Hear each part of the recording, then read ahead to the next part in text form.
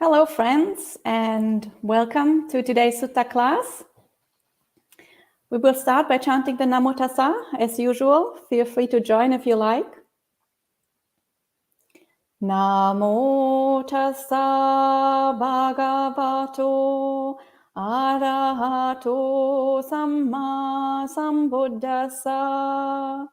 Namo Tassa Bhagavato Arahato Samma Sambuddhassa. Namo Tassa Bhagavato Arahato Samma Sambuddhassa. Buddhang Dhammang Sanghang Namasami. So, hello and welcome everyone to today's Sutta class. Today will be a little bit different from usual. Today will be, I think, probably much shorter than usual because I just came out of retreat yesterday evening. So we had a retreat at the place where I'm staying, the monastery where I'm staying.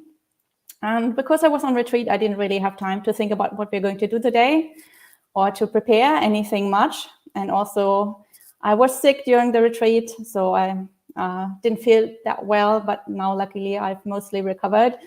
So I thought about just keeping things a little bit shorter today, just talk about a very brief sutta, and then if you have questions, we can have a longer question and answer session, or otherwise we'll just finish a bit early today. And so the sutta that we are going to read today is called the Mallikāsutta. This is from the Samyutta Nikaya, number 3.8. And the reason why we are going to read this sutta is because it kind of had a connection to the retreat that I was doing just now. So the day before the retreat started, I was sitting in meditation, and this sutta kept on popping into my mind, or rather the content of that sutta, like a conversation that happens in that sutta kept on popping in my mind. And I found it really intriguing, and I found it really kind of unusual. And I had a very strong kind of internal reaction to that sutta. And then I realized that it's really strongly linked with a lot of, mental tendencies and defilements, and it's strongly linked with our notion of self, how we construct this self that isn't really there. And so I thought it's really interesting to reflect on this sutta and to think about this sutta a bit more. And so I kind of took this sutta as the topic for the retreat, something to contemplate, something to reflect on very deeply. And so I spent quite a few days, the last few days, just, being involved with this sutta and contemplating it. And so I thought it would be really interesting to have a brief chat about this. And then if people have questions, then we can have a bit more question and answer today, because as I mentioned, it's not very long. So we will start by reading the sutta. As I mentioned, it's called the Mallikāsutta. And this is a conversation, a very brief conversation between King Pasenadi and his queen, his wife, Queen Mallikā. And so there is a link in the live chat to Bhante Suchatra's translation. And I will be reading from Bhikkhu Bodhi's translation. This sutta is very short, so we will read through the entire thing first, and then we can talk about it a little bit. So, the sutta is as follows. Thus have I heard at Savatthi. Now on that occasion, King Pasenadi of Kosala had gone, together with Queen Mallikā, to the upper terrace of the palace. Then King Pasenadi of Kosala said to Queen Mallikā, "Is there, Mallikā, anyone more dear to you than yourself?" And Mallikā says, "There is no one, great king, more dear to me than myself. But is there anyone, great king, more dear to you than yourself?" "For me too, Mallikā, there is no one more dear than myself." Then King Pasenadi of Kosala descended from the palace and approached the Blessed One. Having approached, he paid homage to the Blessed One, sat down to one side, and related to the Blessed One his conversation with Queen Mallikā. Then the Blessed One, having understood the meaning of this, on that occasion recited this verse. Having traversed all quarters with the mind, one finds no one anywhere dearer than oneself. Likewise, each person holds himself most dear. Hence, one who loves himself should not harm others. So this is the sutta. As you can see, it's quite brief, and it discusses this notion of self and self-love and what we attach to, what is dear to us. And as you can see, this is a conversation between King Pasenadi and Queen Mallikā about exactly this topic. What is dear to us? How are we, what we are attached to? Who do we love? Who do we love the most? And for those of you who are quite familiar with the suttas, you will notice that this is actually, that there is actually another sutta in the canon that is much more famous than this one, which is called the Piyajatika Sutta, Majjhima Nikaya number 87. And that is also a conversation between King Pasenadi and his queen Mallikā about what is dear to ourselves. That sutta in Majjhima Nikaya, the Piyajatika Sutta, as I mentioned, is much more famous. And it seems like this sutta that I've read just now is kind of like a sequel to this other sutta. And it seems like King Pasenadi has thought very deeply about the teaching that was in the first sutta and then had this conversation with Mallikā here. And so I think it's worthwhile to have a brief look or to kind of recap what was discussed in this famous Piyajatika Sutta. And I think most people will be familiar, but just to recap a little bit from some people who might not remember, in this Piyajatika Sutta, so in the Majjhima Nikaya number 87, there is a person, again in Savatthi, just as in this sutta, and a man and his child dies. And of course, the man is very attached to the child. He loves the child very much. So he's very, very distraught, and he is completely losing his mind and crying and going to the cemetery and crying out for the child, crying for the child to come back. And so eventually he ends up going to the Buddha and has this conversation with the Buddha. And the Buddha asks him why he's so distraught, what has happened. And then that man says, well, my child has died. And then the Buddha says, well, yeah, that is samsara. That is what happens in life. And when we are attached to people or to things, from that attachment to loved ones comes a lot of suffering in life. And so that is also the name of the sutta. Piyajatika means born from those who are dear. So suffering is born from those who are dear. So because we are attached to people, that can lead to a lot of suffering when something happens to those people or to the things that we are attached to. But in this sutta, the man gets very angry with the Buddha, and the man says, who would ever think in this crazy way? Obviously, only pleasure comes from those people who are dear. So when we have loved ones, obviously that is very enjoyable and that is very commendable. And obviously we will experience a lot of happiness from our families and from the people we love and the things that we love. So he doesn't at all understand the Buddha's teaching. So even though he's grieving and he's in so much pain and so much suffering, he doesn't see that this suffering has come from his attachment or his love for the people around, or for his child in this particular case. And so the man is very angry and he leaves the monastery, and then he runs into some gamblers, and then he has this conversation with the gamblers, and the gamblers all agree with him. And so the man feels very validated and very self-righteous. And so eventually that story gets spread around all over town, and it reaches the palace. And it seems that this is the first time that King Pasenadi comes into contact with the Buddha's teaching. And so King Pasenadi also doesn't have any kind of way of dealing with this. So he's also very critical of the Buddha's teaching. But his Queen Mallikā, is already a Buddhist, and she has a lot of faith already. her wisdom isn't very deep yet, but she has a lot of faith in the Buddha. So King Pasenadi hears about this, and he tells his queen about this story. And the Queen Mallikā, says, well, if the Buddha has said this, then surely this is true. So I can't really explain to you why it's true, but surely this must be true. And King Pasenadi also gets very angry with his queen. And he says, well, you don't have any wisdom, and you just applaud, like you don't have any critical thinking. You just applaud whatever that random recluse, the recluse Gautama, says, but you don't even properly understand. And so the queen then sends a Brahmin, one of her, I think probably one of her supporters or helpers, a certain Brahmin, sends him to the Buddha and asks him to inquire about this matter and to report back to her exactly what kind of teaching the Buddha wanted people to understand in this case.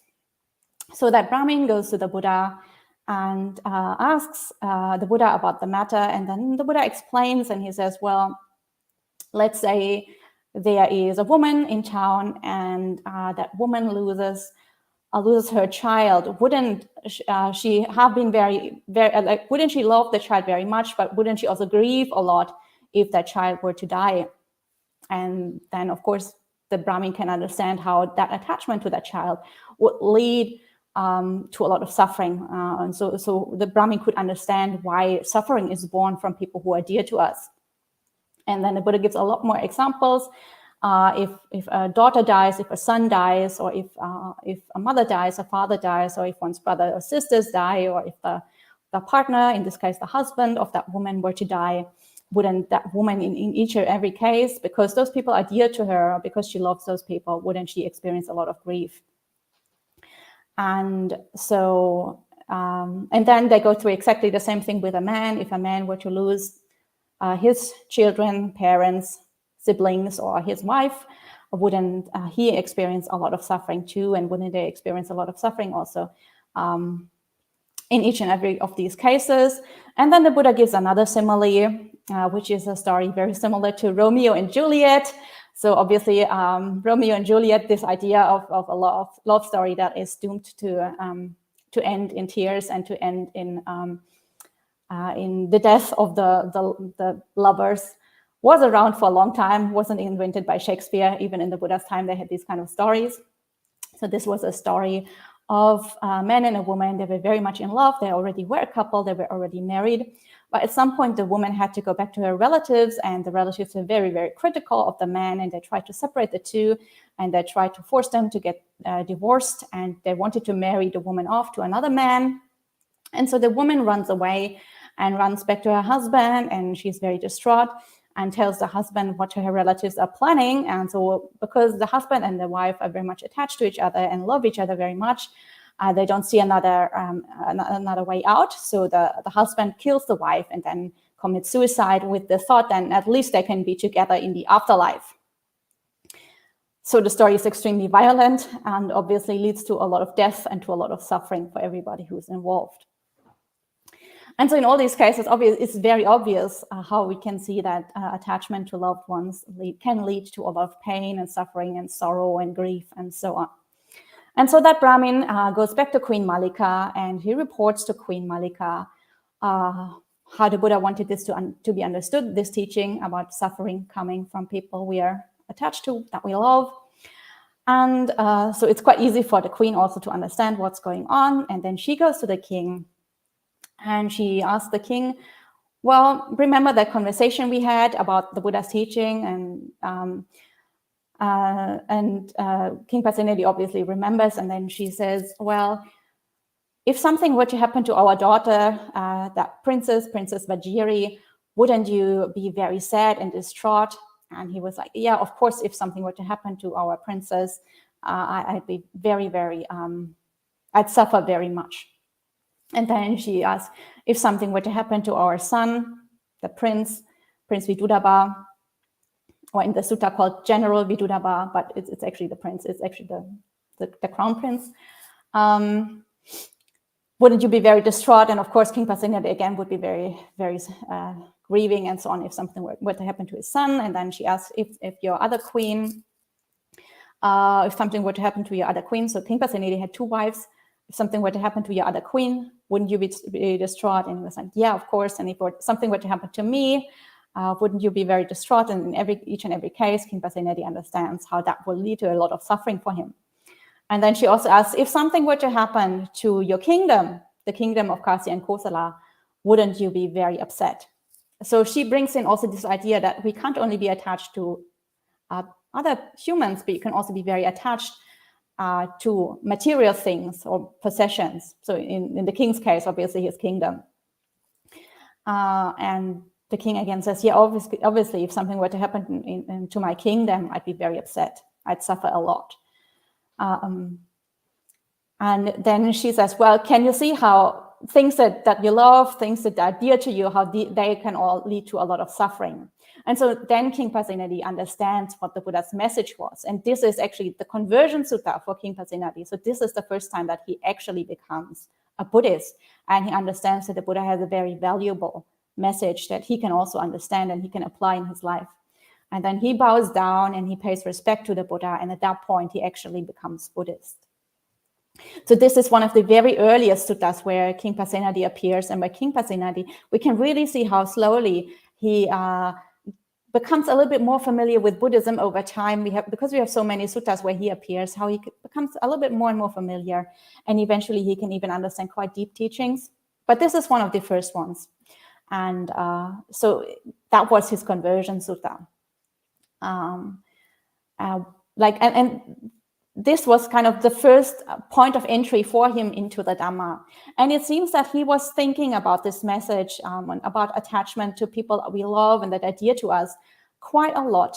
And so the sutta that we are reading today, this short one, seems to be him trying to continue that conversation with his queen Mallikā, because it seems that Queen Mallikā, like among sort of the people at his court, we always see him in discussion with Queen Mallikā. So it seems that because she already was Buddhist before and she had this like natural strong faith, she was probably interested in having such kind of conversations. So the king was very lucky that there was somebody in his family that he could actually have those kind of meaningful exchanges with. And that, so that there was just somebody he could talk to. And so it seems that he thought about this question, like, how does suffering arise from things that are dear to us? And then also, what is actually the thing that is most dear to me? So, like, am I the most attached to my princess or to my wife or to the kingdom or whatever? And it seems that here in this sutta, he realized that actually the most attachment he has to himself. So he himself is the most dear to us. And so he has this conversation with his queen and he asks, is there anybody more dear to you than yourself? And maybe he was asking, and maybe he was expecting the queen to say, yeah, well, obviously I love you more or something. But actually the queen is very honest, and the queen also reflects on the issue and is also realizes that she is the most attached, or the most attached to herself, or herself is the most dear to her. And the king is also very honest and also realizes that he is most attached to himself. And then they tell the Buddha, and the Buddha kind of praises them for this insight in those verses that are there at the end. And so when we read this sutta, I think when we read it the first time, it kind of startles us a little bit, or at least it did startle me a little bit. And I was wondering, if somebody asked me that question, what would I actually say? So if somebody asks you, who do you love the most? What would be your answer? And I think for many of us, it would be very difficult to answer that we love ourselves the most. So I felt a very strong inner resistance to giving this answer. Like, it does feel very, very wrong. It feels extremely selfish. It feels very self-centered. It almost feels like pathological. It feels very narcissistic. So it's very difficult to actually give this answer. It's very difficult to actually come to this conclusion that I love myself the most. So usually I think common answers would be like, I love my partner the most, or I'm most attached to my children, or even maybe my parents, or a close friend or something, or maybe a sibling or whoever. But if it's very difficult to actually even admit to ourselves that we love ourselves the most, much less openly say that out in public, say that out loud, because it really feels like we have a mental disorder, like we are narcissistic or extremely egotistical. And also in some way, I think it can feel quite un-Buddhist to think in that way, or to speak in that way, because we think, well, we all know the Buddhist teaching is about non-self. It's about letting go of this notion of a self, because there isn't really a self there. So to say that, well, we love ourselves the most feels like this is really super delusional. It's very, very difficult to even acknowledge it, much less say that out loud. And it feels like if we say this to other people, then we would feel that other people judge us very much, that they would think we are very selfish, self-centered, or egotistical. But it seems that back then in this conversation that the king and Queen Mallikā are having this, it seems like quite a normal conversation. It doesn't seem like there is a lot of shame involved or a lot of judgment involved. Queen Mallikā just says, well, I love myself the most. And the king just accepts that and says, well, actually, I also love myself the most. And that seems very natural. That seems very kind of almost like self-evident. So there isn't all that shame involved, there isn't all this judgment involved, which I feel like nowadays is very easy to come up if anybody ever had such a conversation. And obviously, it's not meant in a pathological way, so it doesn't seem like this is the talk of two people that are extremely narcissistic, or that this is the talk of people that have some kind of mental disorder. It just seems like somebody who's very in tune with themselves. It seems like people who have a lot of kind of self-acceptance, self-love. They understand the place that they're having, and they have a good amount of self-confidence. That is kind of what the sutta seems to be telling us, or the point that they're trying to get across. So this seems to be healthy behavior. It doesn't seem to be pathological behavior. And of course, if we have this kind of self-confidence, this kind of self-esteem, it leads to a lot of self-respect. It leads to a lot of self-value. And these are all very, very healthy mental qualities. And these are a very, very good basis, obviously, for Buddhist practice. Because if you are self-confident, if you have this self-respect and especially this self-love, then it's almost like you kind of sort of rest within yourself. You're not constantly looking for other people for approval. You're not constantly swayed by their opinions. You're not constantly swayed by their criticism. Because when you're self-confident, then you can just, be at ease within yourself, be at rest within yourself. And it just feels like you can be very centered, very grounded, very focused. And these are all very good foundations, obviously, for Buddhist practice. Being at peace within oneself, obviously, is a very good foundation for developing mental calm, mental peace, and samadhi practices. So when you have this kind of self-awareness and this kind of self-respect, it means that you experience a lot less self-doubt. It means you experience a lot less self-criticism, this inner critic that many people have in modern times. We constantly put ourselves down. We constantly sabotage ourselves. We try to meditate, but our mind is just, so negative. And we have all these tendencies that kind of undermine ourselves. So we cannot actually rest within ourselves. We cannot actually come to any kind of calm or peace or stillness within ourselves, because we constantly undermine ourselves. And of course, all these kind of negative thinking leads to a lot of low self-esteem. This is what a lot of people struggle with, and we feel inferior. And that can be so crippling for meditation practice.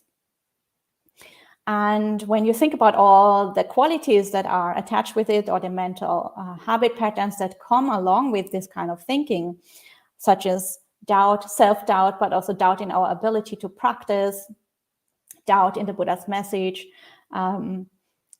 Obviously, this is something that follows on from low self-esteem or from being very critical with ourselves, or a lot of worry that we can't make it, worry that we're not good enough, worry that the path isn't going to work for us, worry that we're not practicing enough, that we're not putting in enough effort, enough time, that we don't have enough understanding.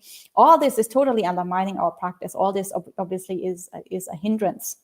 And then it brings a lot of agitation into our mind. And agitation obviously is the exact opposite of mental calm and mental peace. And of course, it brings a lot of fear. Again, fear that we're not good enough. And all these are the typical hindrances, the classic 5 hindrances: doubt and agitation and worry and fear and so on, are classic hindrances that prevent us from actually properly entering samadhi. And so all these follow on from not having proper self-love, not having proper self-respect, and constantly undermining ourselves. But on the contrary, if we can have a healthy amount of self-respect and a healthy amount of self-love, and if we can acknowledge this to ourselves, that this is valuable and that this is a good mental quality, then we can learn, or it's much, much easier for us to learn to be at peace within ourselves. And of course, when we are sort of at peace with ourselves, then the development of the deeper stages of inner mental peace are much, much easier, because those hindrances, such as agitation, worry, doubt, and so on, will be much less strong. And so mental calm is much more achievable. So there is a much deeper sense of an inner well-being, a mental well-being, if we have this healthy kind of self-esteem. And so this will then naturally be a source of inner peace, peace within, mental calm. And that, as I mentioned before, makes the development of samadhi much, much easier, because the mind is already in a fairly uplifted, fairly pleasant, fairly calm state. And it's easy to dwell within ourselves. Like, it's pleasant. We like to be within ourselves because we like ourselves. So there are much less distracting thoughts. There's much less restlessness, because the meditation is just going to be so much more pleasant if we like ourselves. Because in meditation, we are spending time with our own mind. And if we like ourselves, then obviously that is going to be much more enjoyable than if we hate ourselves and put ourselves down. So it's much easier to experience rest and relaxation within. And then, of course, from that rest and relaxation follows the ability to develop much, much, much deeper stages of calm, go very, very deep within our mind into this inner tranquility that becomes accessible if we have this positive outlook on ourselves. So the ability of developing samadhi depends very much on this ability to accept ourselves as we are, and also to develop a sense of self-love. But it's not only the development of samadhi that depends on it. Another thing that really is helped by having a healthy sense of self-esteem and self-respect is the development of metta practice, or the development of the Brahma Viharas in general. So the Brahma Viharas, the 4 divine abidings, for those who don't quite remember, is of course metta practice, so the practice of kindness or love or friendliness, and then karuna, or compassion, and then mudita, or sympathetic joy, the joy in the good fortune of others, the rejoicing in others' happiness, and then of course upekkha, or equanimity. These are the 4 Brahma Viharas, and those are very important qualities in the mind, most especially, of course, metta, or friendliness, love towards all beings and to ourselves included in all beings. And of course, we can only give metta or friendliness or love towards others. We can only give what we have ourselves. If we don't have something ourselves, how can we give it to others? So, of course, having self-love or self-compassion or rejoicing in our own good fortune is a basis for developing that and spreading that to the entire world and to all beings. So for that reason, healthy self-respect or self-love is also very, very fundamental for metta practice and Brahma Vihara practice in general. And so if you remember, like, if we go back to the sutta, this Mallikāsutta, the sutta ends with this quote or this verse from the Buddha, which let's read it again, which was as follows. Having traversed all quarters with the mind, one finds none anywhere dearer than oneself. Likewise, each person holds himself most dear, hence one who loves himself should not harm others. So the Buddha just acknowledges basically this, what King Pasinati just said about loving oneself the most, or holding oneself most dear, being most attached to oneself. And then there is the last line, which says, hence one who loves himself should not harm others. And that seems a little bit somewhat startling or a little bit out of place, because it doesn't seem to have much connection with the rest of the sutta. One who loves himself should not harm others. This just introduces a completely new idea, because the entire sutta we haven't discussed about harming others. Other people weren't actually in any way involved in this sutta. So the Buddha introduces a new idea here. Like in the last line of the sutta, the Buddha brings in a totally different thought. But actually, this last line is directly connected with the sutta. And again, this has to do with Brahmavihara practice, with friendliness towards every being, non-harming other beings, being friendly, being supportive towards all beings. And again, this follows directly from our ability to be friendly towards ourselves, to love ourselves, to respect ourselves. And if we have this healthy self-love and self-respect, then obviously we would not, we can easily share that love with other people. We would not feel threatened by others. We would not be so fearful of others, because we just respect ourselves. We're not that easily swayed by other people's criticism. If we're not that easily swayed by other people's criticism, we don't have to fear them so much, because whatever they say will not put us down, because we are just strong and calm and peaceful within ourselves. And so naturally, it's much easier for us to extend friendliness to all beings if we don't have to fear them. And so for that reason, the Buddha says, when you love yourself, you wouldn't harm others. And of course, you also shouldn't harm others, because, well, everybody likes to be at peace, and nobody likes to suffer. And so if you don't have that much suffering within yourself, you also don't want other people to suffer. And so for that reason, this self-love and self-respect is also extremely important for strong practice of the Brahmaviharas and especially of metta practice. So these were some reflections that came up for me when I was looking at the sutta, and I feel like this is something that a lot of people struggle with, and this sutta is quite overlooked, and many people find it difficult to teach, because it does seem a little bit like promoting self-centeredness and like promoting unhealthy mental qualities, and not many people like to discuss these kind of suttas in sutta class. But for me, I just suddenly found that this was really a very, very valuable reflection, and really valuable to understand how healthy self-love and healthy self-respect is not only extremely beneficial for myself, because I can develop much stronger samadhi and much stronger brahmaviharas if I have this, but also it's just so beneficial for other people, because then I have something that I can share with others. If I have love for myself, then there's something I can give to others. I can give metta to other people too. And so I think this is something that is very valuable. It's not that difficult to practice once we really understand the message, and something that is really worth reflecting on. And so I'd like to invite all of you to maybe reflect a little bit on this sutta, and to understand that it is not selfish if we develop a healthy amount of self-respect. And so I'm going to end today's sutta class here. And now if you have any questions or comments, you're invited to put them in the live chat, and then I will see if I can answer them, and if we can maybe have a little conversation about this topic.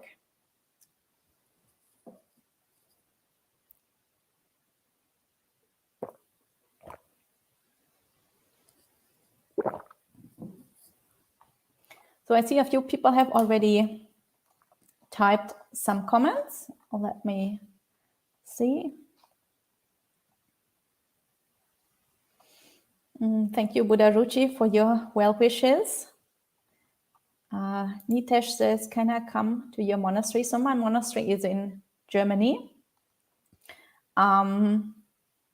If you're in Europe, then of course you're most welcome to visit here.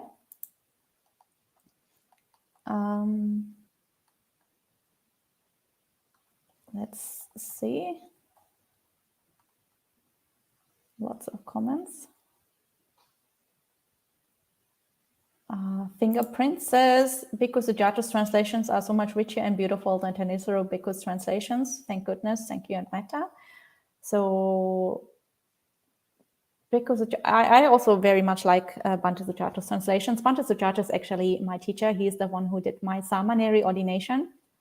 So, yeah, I feel like I'm very fortunate to have this connection with him. And I also like his translations very much. And also, of course, there is the big advantage that he translated the entire sutta, like the entire first 4 Nikayas, and then selected text from the Khuddaka Nikaya. So he translated the entire amount of early Buddhist sutras. So there's just, like, we have everything that are early Buddhist sutras consistently done by one translator, and that is another very, very big advantage. And of course, a lot of research has gone into this. And so I also think that he was very well qualified for making this translation, and I'm very glad that he did. So Buddha Ruchi has put a comment here, and they say, it is jarring to think I love myself best. Even in loving another, I built a self by identifying with the relationship. So yes, but it wouldn't sound great to say it out loud or admit to myself. So this is basically exactly what I was talking about today, that it's very difficult to say this out loud or even admit it to ourselves. But once we understand that this is actually very, very helpful and very beneficial, if we can have a positive, loving relationship with ourselves, it's beneficial for our own practice, but it's also beneficial for our relationship with others. Then we can just try to contemplate this more and see what is blocking us from the self-love and healthy self-respect. And that those things that are blocking us or that's holding us back, those are actually unhealthy mental habits, mental habit patterns, or these are actually defilements in our mind. So then we can see what kind of things are blocking us and what kind of things we should let go in our mind, and also focus a little bit more on developing that healthy self-respect or that self-love. Because this is actually not a defilement, this is actually beneficial. Of course, it shouldn't go overboard, like you shouldn't become narcissistic. If you see that this is something that you're lacking still, obviously you don't have a danger of becoming narcissistic if you develop it a little bit more. So if you develop it more, you'll actually be more in balance rather than becoming narcissistic. Like for many people, it feels like, oh, if I do this, if I develop this, I will immediately become narcissistic and it will be pathological and dangerous. But actually, first of all, you come into balance before you just top it up until you come to the middle before you go overboard and become narcissistic. So for many people, it's actually valuable to develop this more.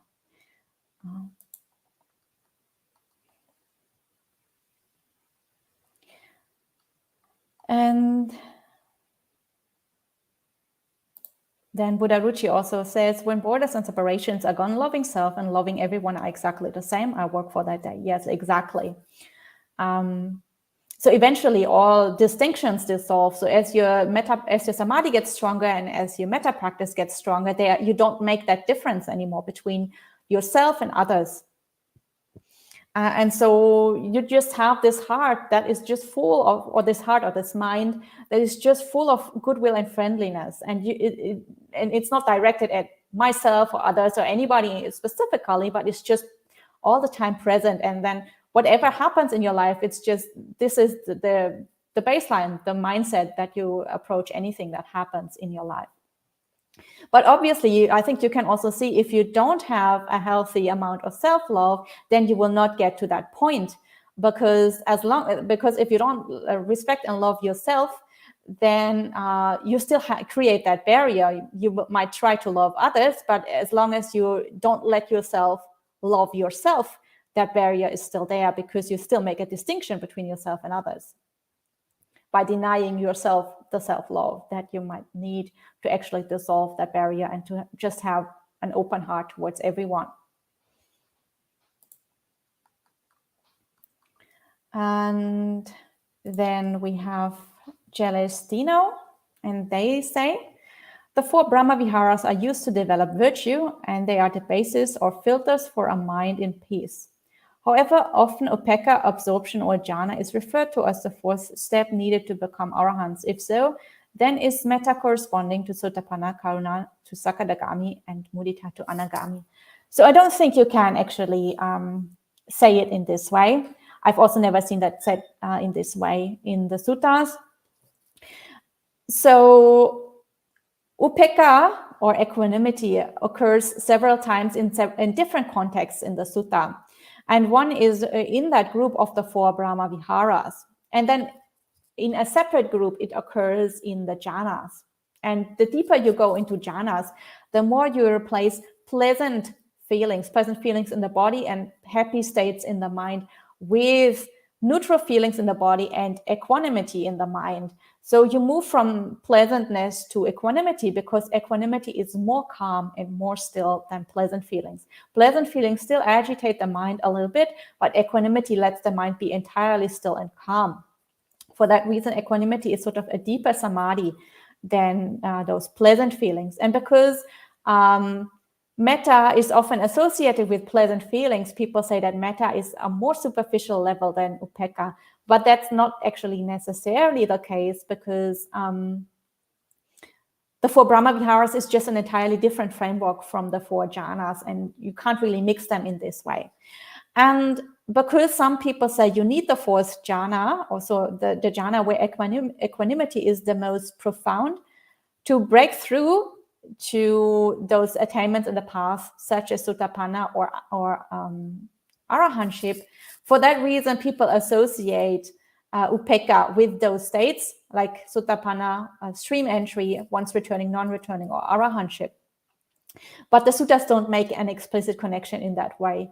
So you need some kind of jhana to make those breakthroughs. We have talked about this in the past in some sutta classes that we did before.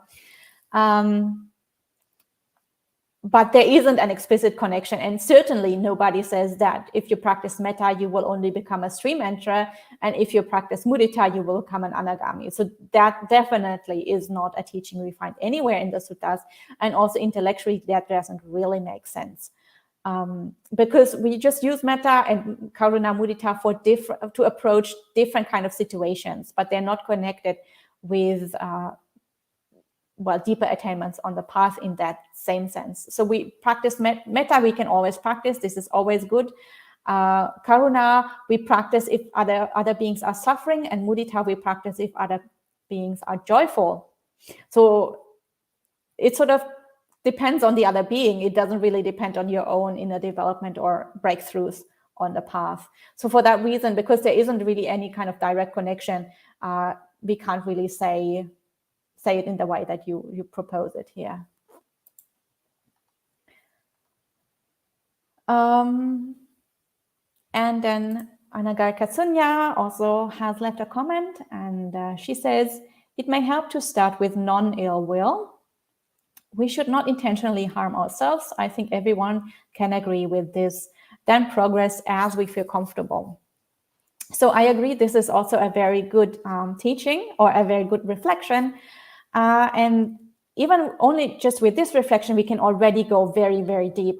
And so probably we'll start out not intentionally harming ourselves. And the first kind of thoughts, or the first kind of approach that we might have with this is not physically harming ourselves. Like some people suffer so much that they actually like physically cut themselves or harm themselves, or cause them physical suffering. So obviously this is harmful, and this is the first thing that we should practice with and let go.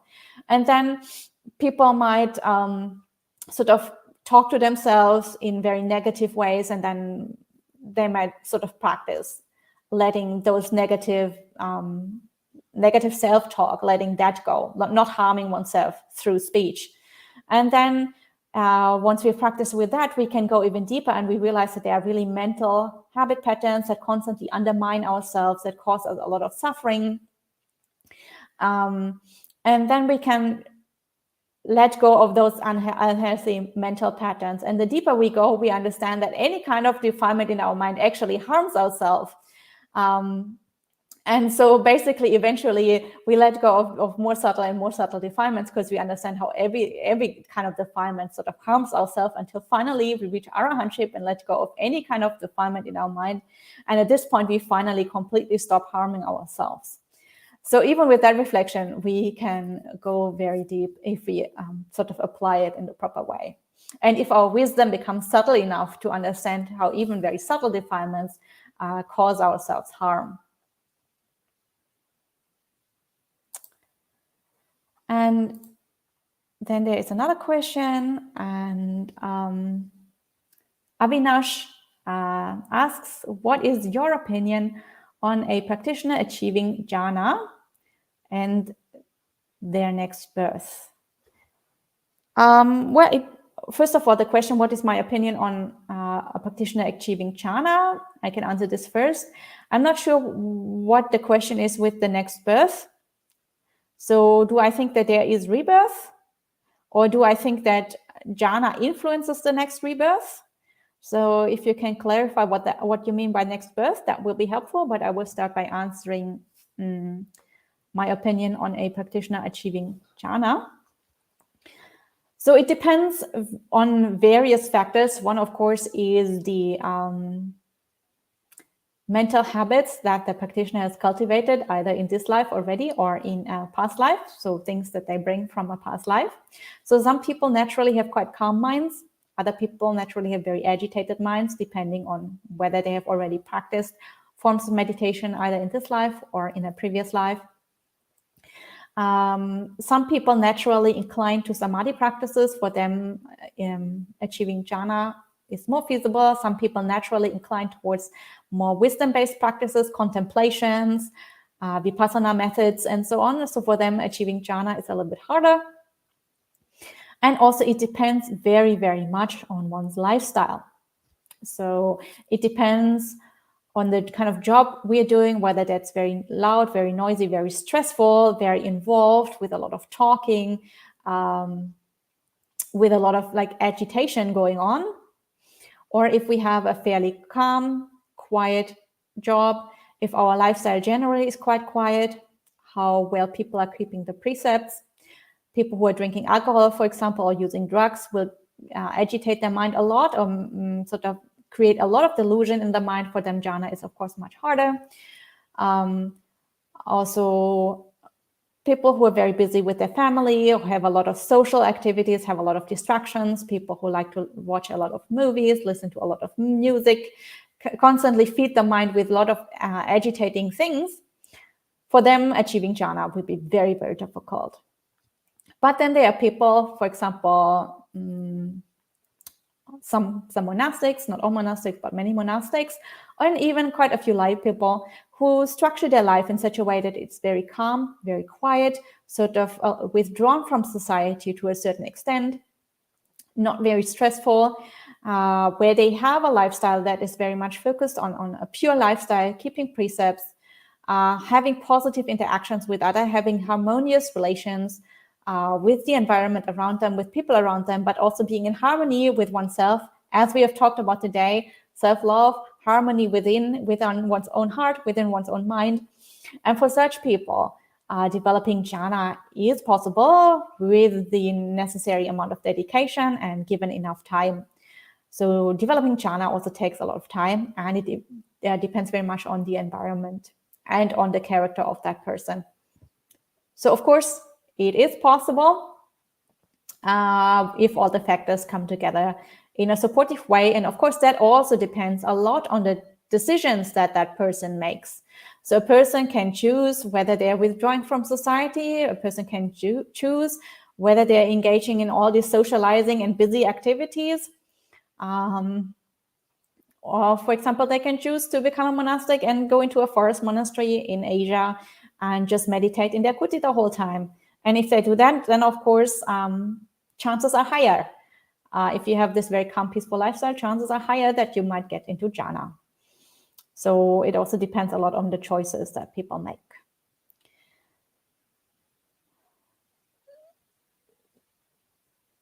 So I think, and then Avinash also said influence and of jhana. So I'm guessing that the question is, does jhana influence next birth?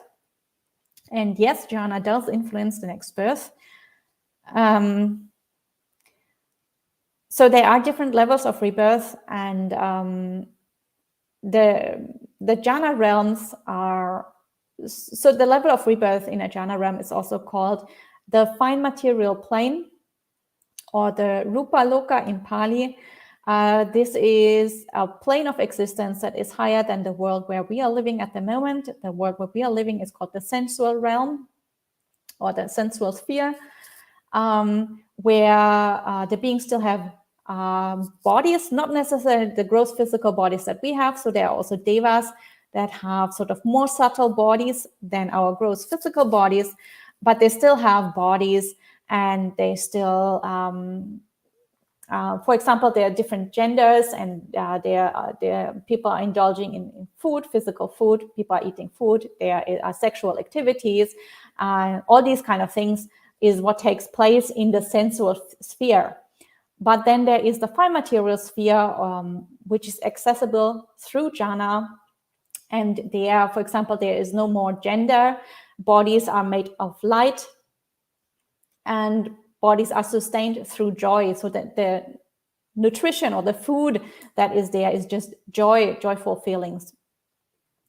So of course there is no more physical food, there is no more sex, there is no more these kind of activities.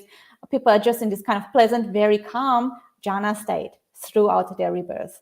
And so this becomes accessible. Of course, this is much more happy. There's much less suffering than in the sensual sphere, or the sensual world, the sensual realm that we live in. So a lot less suffering, much more pleasant. And for people who want to access that, they need to have mastery over jhanas. So you can't just practice a jhana like one time and then think, just because I was in jhana for like 5 minutes on a meditation retreat, I'm going to be reborn in this jhana realm.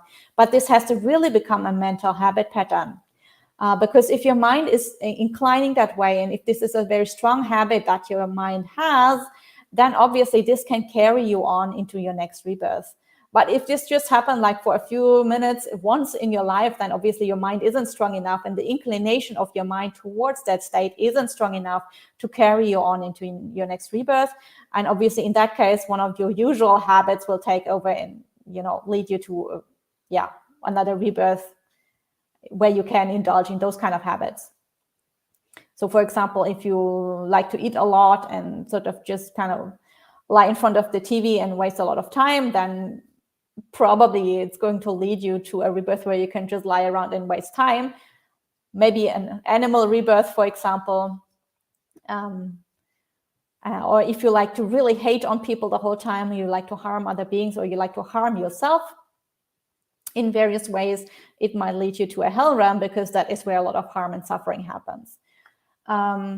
So depending on what you train your mind to do, that's where your next rebirth is likely to take place. If you train your mind to do jhanas, then you can be reborn in one of these jhana realms. So that is the last question that I see so far. So I think we can finish for today. I hope you enjoyed the sutta we have read now, and I hope it gave you some food for thought and some inclination to contemplate this a little bit and to develop a little bit more self-love, self-respect, self-esteem. And for today, we will finish with 3 sadhus. As usual, feel free to join me if you like. Sadhu, sadhu, sadhu. And I wish you a good rest of the day, a good week, and I will see you all next Tuesday.